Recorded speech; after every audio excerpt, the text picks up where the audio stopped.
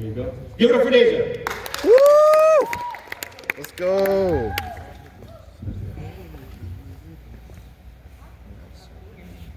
Is it green? Okay. What mic number is it? 2? Is it working? Oh, just kidding.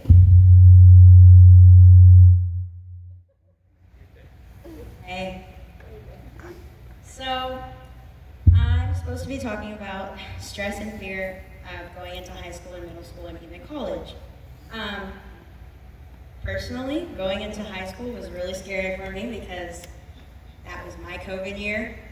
After going from virtual, and then we were on this weird A-B schedule where we would like go to school for a day and then like go virtual for another day, and that messed with me too. So, it was scary. There's a bunch of people, there's 400 people in my class and I have a small school. You're with older people, adults, kids a couple years older than you, and it's scary. You feel like you're smaller than everyone. You're scared of not being able to fit in, you're scared of change, you're scared of how you will manage your time and make good grades and still hang out with friends. These were all things that I was worried about. In middle school, I tried to keep up with FCA, but my grandpa was sick and I couldn't always make it. I couldn't even make it to church sometimes. But one day, one of my very good friends invited me to a youth group, and that's what carried me on through middle school and high school. I immediately fell in love with it, and it just gave me a sense of peace every time I went. And I lost my place. In going to youth, I made new friends, even kids that didn't go to my school, and God really helped me. He still helps me even as I'm going into college. He's helped me be apart from everyone else. With him, I realized that I don't have to be like everyone. And that's really a problem, like when you go, especially into high school, you want to fit in. You want to do what everybody's doing. You think vaping is cool and smoking and drinking, but it's not. And God doesn't like it. So he helped me be apart from everyone else. With him, I realized I didn't have to be like everyone, and that it's good to be different. And in being different, you attract more good people around you, people who are just like you, who love God, people who will keep you in check, people who will keep you on the right path, and people who will pick you up when you're down. God has helped me with all these things I mentioned before, feeling small, fitting in, change, time management, but it also took me a while to realize that you have to meet him halfway. Spend as much time with God as you do studying, and even more. Honor God and he will help you and be with you through everything. So I have a challenge, or 2, or 3. Every morning before I started driving, my grandma would take me to school and she would pray with me before I got out the car. So I challenge you to pray every day before you go to school. I mean, you should pray every day anyway, but like when you wake up, before you go to school, before you eat, pray anytime that you can. Another challenge is get involved with FCA or crew or fishes or youth group, and just find that group of people that will keep you in check and the people who are God-like. I forgot my last one.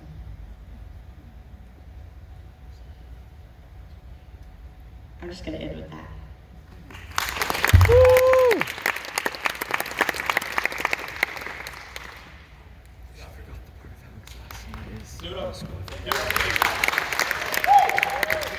Did a great job. That takes a lot of courage, right? A lot of courage to speak in front of your peers. But take heart to what she is saying. Test. We're on point. All right. Take courage, take heart with your peers, because I joke about it, but the seniors are the ones who are the veterans right now, right? They're going on to this next season. Some of them, like Deja, are leaving me, right? They're going to going to a next step in college. Where are you going to college, Deja? Texas State. So she's so cool, right? And so they really have wisdom. They've learned. They've messed up throughout the years. They've stumbled, but they've also been on track. Deja has been on fire for God since I've been here. And so just take heart from that. Our next speaker, I want you to give it up for Daniela. Oh, yeah. Come on, Danny. Okay, guys. I'm not a preacher like my brother. I can sing, but I hate talking in front of people, so bear with me, okay? Okay, so for those of you who do not know me, my name is Daniela. I'm 18 years old, and as most of you know, I'm a senior. I have been attending youth since I was in 6th grade, and I have been serving since I was 12, and I fell in love with it. When I first started attending youth, life was so easy by itself. I was nothing but a simple-minded middle schooler, and I had no cares, no worries, and I had the biggest friend group. And y'all, I mean the biggest. Youth was wild.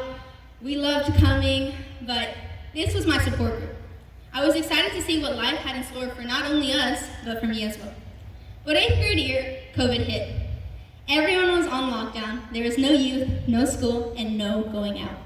It started out okay, 2 weeks away from school, but as the days went by, I found myself, at the time everyone had to homeschool, so I found myself homeschooling, alone, isolated, and unhappy. I was losing my mind. I had nothing to do, and even if I did, I had no motivation to do so. So, the only thing I could do was stay in my room and hope COVID would pass by, magically overnight. But, of course, eventually, some COVID restrictions were lifted, and by this time, it was summer. I couldn't wait for it to be Wednesday. I counted down the days, and I kid y'all not, I counted down these days till Wednesday, and I would get to see my friends, and everything would go back to the way it was before, and I would just be happy again, instead of being so depressed and alone. But that didn't go as planned. So, everyone had left, everyone dipped, and I mean students, staff members, everything was just gone, and it just died. Youth group died. And I felt all alone all over again. There was no one there, and I was just alone. But I continued to go to youth group, and I hung out with a few people here and there, but I never really stuck with anyone, and I felt alone. I just had a spirit of loneliness over my heart. The youth group wasn't the same. No one wanted to be there, not even a youth pastor to call our own. We had gone through 3 youth pastors. Each one of them would stay for a few months, quit. Next one came, few months, quit. We had one that stayed a full year, but then quit. So there was no one that wanted to be at youth. No one to really speed and teach us youth students. It felt like no one cared. So freshman year started, and I was tremendously nervous. I was going into high school with no friends and no public school experience because I went to a charter school all of my life. I don't know if y'all know what that is. But a charter school is not a public school. But it's also not private, so. But anyways, I was going to public school with no friends, and then I eventually made friends. They weren't a bad group of friends, they just weren't Christian, but we became inseparable. We would always hang out to each other's houses or just go out to eat. It didn't matter what we did, we were just always together. Of course, I still attended youth group, but I hated it. I was showing up just to show up.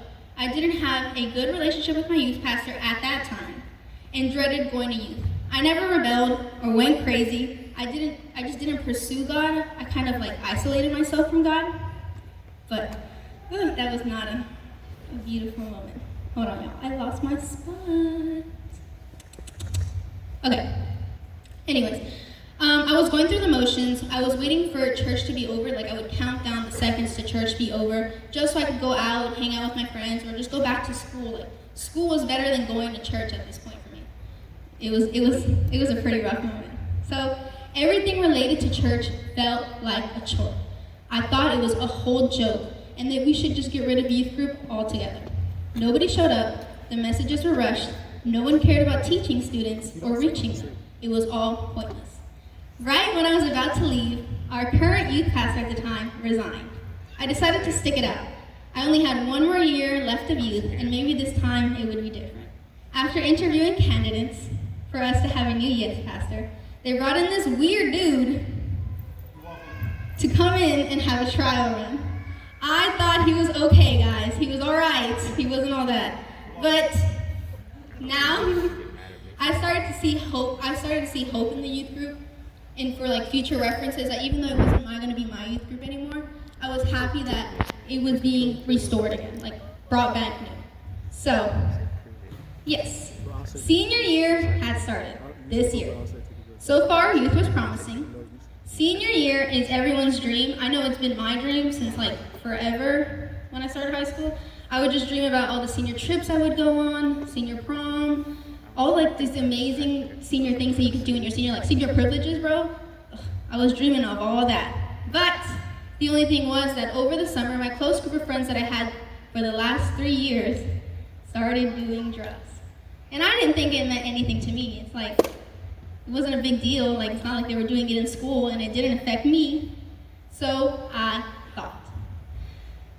I wasn't into school a full 2 weeks before I got pulled out. My friends had gotten caught. We were outside, I still remember it, so annoying. But we were outside in this area, in this kind of big lounging area, and they were doing their thing, and I want to point out, I never did drugs, guys. Never. Prove it! Take a drug test! Take a drug test! Apply proof! Yo, we ran this earlier, and he said he was gonna yell that, so I'm not. Shut up. Libby likes to make a bunch of jokes, like under the table, is because that's what happened. But anyways, I never did any. God is my witness. God is my witness. But they had gotten caught. But because I was associated with them and they knew these people to be druggies, I got pulled in. Like, I literally got searched, my phone got checked, they took away my belongings. They didn't call my mom, but I called my mom myself in tears, like, so scared. I was just like, I'm gonna go to jail, maybe for association, I don't know. I was terrified, okay? But I never got in trouble. My mom obviously knew that I didn't do drugs, but I didn't get kicked out. It was more of a choice me and my mom made that it was time to like leave public school. It was early college for my nerds out there. But anyways, she was right. I never really completely walked away from God. I just really isolated myself.